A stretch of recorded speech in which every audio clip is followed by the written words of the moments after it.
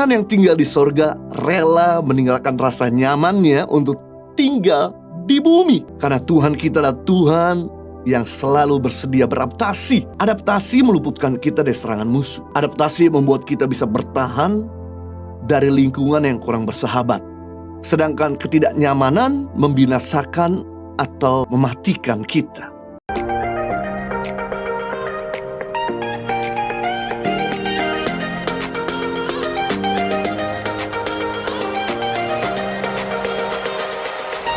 Baik, kita siapkan hati kita untuk mendengarkan firman Tuhan dengan tema tujuan dan kemampuan beradaptasi melalui kisah Natal. Adaptasi artinya penyesuaian, perubahan, atau penyelamatan. Sedangkan kemampuan beradaptasi artinya kemampuan untuk bisa menyesuaikan diri, kemampuan untuk bisa berubah, kemampuan untuk bisa mengupgrade diri, kemampuan untuk bisa menyelamatkan dirinya dari kebinasaan. Natal berbicara kemampuan kita untuk bisa beradaptasi. Karena Tuhan kita adalah Tuhan yang selalu bersedia beradaptasi. Tuhan yang tinggal di sorga rela meninggalkan rasa nyamannya untuk tinggal di bumi agar bisa membangun hubungan dengan manusia. Jika Tuhan tidak mau tinggal di bumi, maka manusia tidak bisa bersahabat dengan Tuhan. Karena tidak bisa terjangkau, Tuhan terlalu jauh, dan Tuhan tidak bisa merasakan penderitaan kita kalau Dia tidak pernah menjadi manusia. Tuhan yang duduk di atas takhta kerajaan rela lahir di kandang domba agar semua orang bisa berjumpa dengan Dia. Kalau Tuhan Yesus lahir di istana, hanya cuma orang papan atas yang bisa berjumpa dengan Dia. Tapi karena Yesus lahir di kandang domba, setiap kalangan, setiap manusia bisa berjumpa dengan Tuhan Yesus. Berikutnya, dari Tuhan yang bersemayam di surga rela berbaring di palungan. Palungan adalah tempat kasih makan hewan yang kotor agar semua orang berdosa bisa dilayakkan oleh Dia. Luar biasa. Berikutnya, Tuhan yang adalah Raja segala raja rela turun ke bumi menjadi manusia. Artinya Tuhan itu kalau jadi manusia turun satu level. Karena Tuhan itu unlimited, tidak terbatas. Sedangkan manusia itu limited. Dimana ketika Tuhan Yesus menjadi manusia, Dia ada memiliki keterbatasan, di mana Dia perlu istirahat. Dia berada di satu tempat yang biasa maha hadir, walaupun Dia tetap maha tahu. Karena lewat tubuh manusia jadi memiliki keterbatasan. Nah, itu turun satu level. Bayangkan saudara turun satu level dari manusia jadi hewan, pasti tidak ada yang mau. Tapi itu yang dilakukan sama Tuhan. Dia turun dari Tuhan yang tidak terbatas menjadi manusia. Dan waktu Tuhan Yesus jadi manusia, Dia luar biasa lalu mengambil rupa seorang hamba. Makanya ketika Dia dianiaya, Dia diam saja. Ketika Dia dipukul, Dia tidak membalas.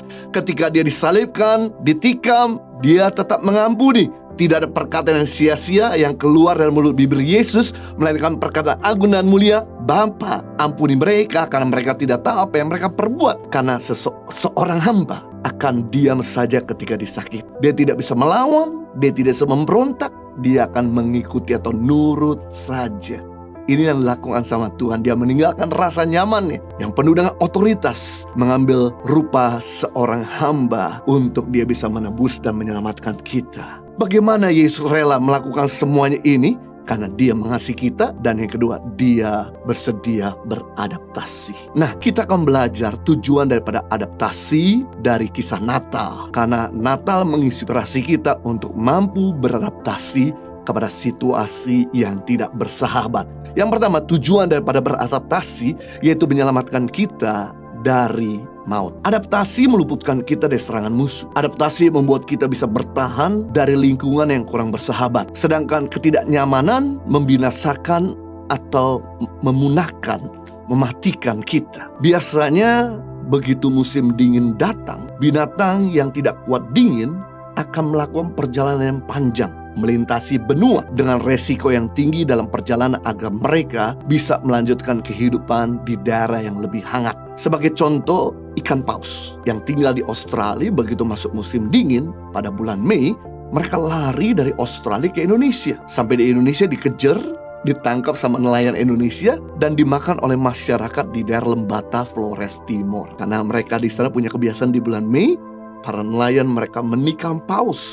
Dan kemudian mereka bawa paus tersebut ke pulau mereka, dan kemudian mereka bikin pesta dan mereka potong dan makan. Saya pernah pergi ke daerah itu dan saya foto dengan fosil-fosil ikan paus. Tapi bagikan paus, daripada aku mati kedinginan di sini, punah di sini, lebih baik aku lari ke tempat yang lebih nyaman. Karena dengan mereka bisa beradaptasi, maka mereka terhindar daripada binasa atau kepunahan. Tetapi bagi mereka yang tidak bisa beradaptasi, pasti mereka akan punah. Nah, kita akan lihat lewat kisah Natal bagaimana bahwa adaptasi menginspirasi kita untuk bisa terluput dari kebinasaan. Dalam Matius pasal 2 ayat 13-14.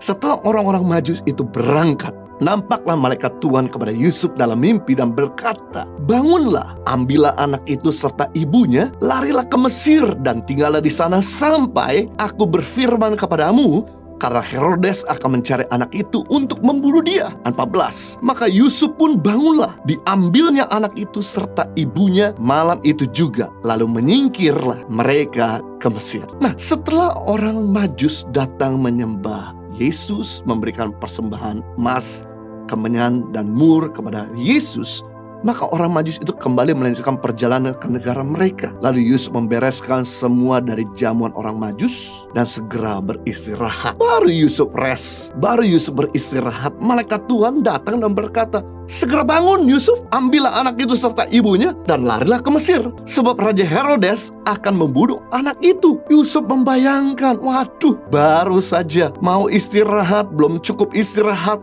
sekarang harus jalan panjang sekitar 500 kilo dari Bethlehem ke Mesir, naik onta, karena pada waktu itu tidak ada pesawat terbang. Malam kedinginan, siang kepanasan, hujan kebasahan, dan juga harus bisa beradaptasi di negara yang dia tidak kenal, yaitu Mesir. Tapi saya belajar dari Yusuf, dia bersedia beradaptasi. Seandainya Yusuf tidak mau jalan pada waktu itu, Yusuf lanjut tidur dan kemudian dia santai-santai, maka besok pagi Raja Herodes datang dan membunuh anak itu. Puji Tuhan, Yusuf siap beradaptasi. Malam hari itu juga dia bangun, kemudian dia membangunkan istrinya dan mengangkat anak itu dan melakukan perjalanan panjang dari Bethlehem ke Mesir. Sebagai hasilnya, karena Yusuf bersedia beradaptasi, maka Yusuf bersama dengan keluarga kudus luput dari tangan Raja Herodes yang mau membunuh anak itu.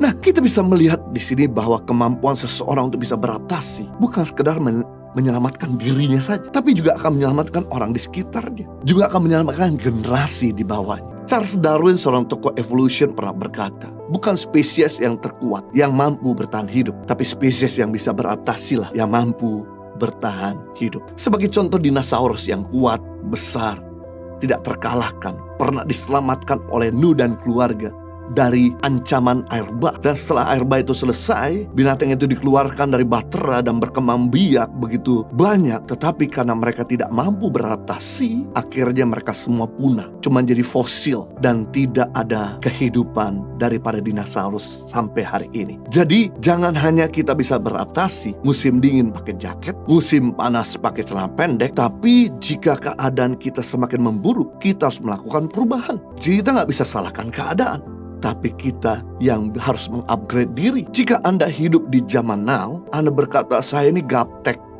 teknologi," maka Anda tidak akan pernah bisa nyambung sama teman, sama anak, sama cucu, sama rekan kerja. Nanti Anda seperti hidup di zaman yang berbeda. Anda akan dikenal dengan sebagai orang yang kolot. Suka atau tidak suka, Anda harus belajar teknologi. Nyaman atau tidak nyaman, Anda harus belajar yang baru. Semua kita juga dulu gaptek. Tapi kenapa kita bisa? Karena kita mau keluar dari rasa nyaman, karena kita mau belajar. Jadi tidak ada yang nggak bisa, asalkan kita mau belajar. Saya melihat sekarang ini banyak sekali oma-oma yang sudah usia cukup tidak muda lagi. Mereka bisa mengupload Instagram, bukan cuma di feed, tapi story. Mereka bisa TikTokan bahkan. Ini hal yang baik, di mana membuat anak muda jadi respect karena mereka mengenal bahasanya mereka. Jangan sampai kita ini nggak nyambung. Akhirnya kita mau ngomong apa saja nggak didengar sama mereka.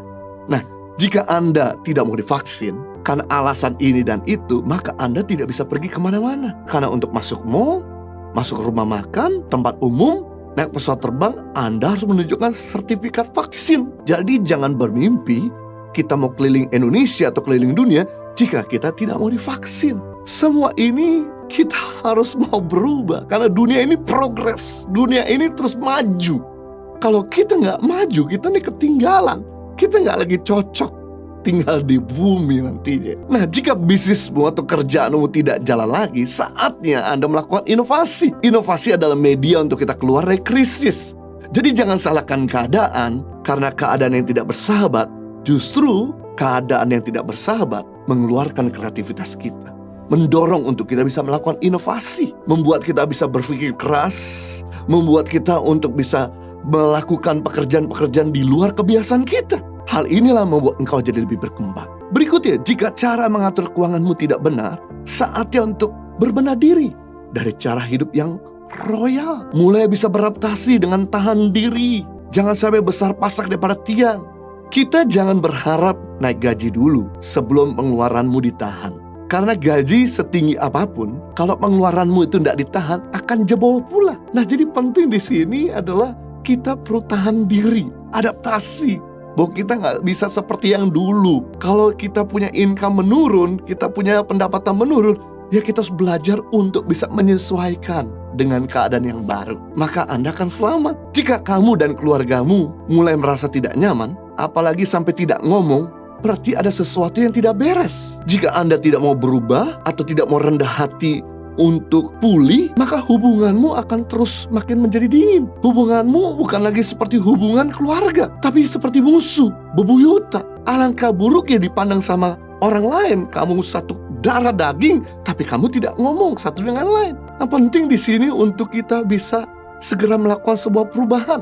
Jadi jangan salahkan Tuhan. Kenapa keadaan semakin memburuk? Karena Anda tidak bisa berubah lebih baik dan lebih nyata kalau kita tidak mau beradaptasi. Jadi tujuan daripada beradaptasi agar meluputkan kita dari kebinasaan, menyelamatkan kita dari maut.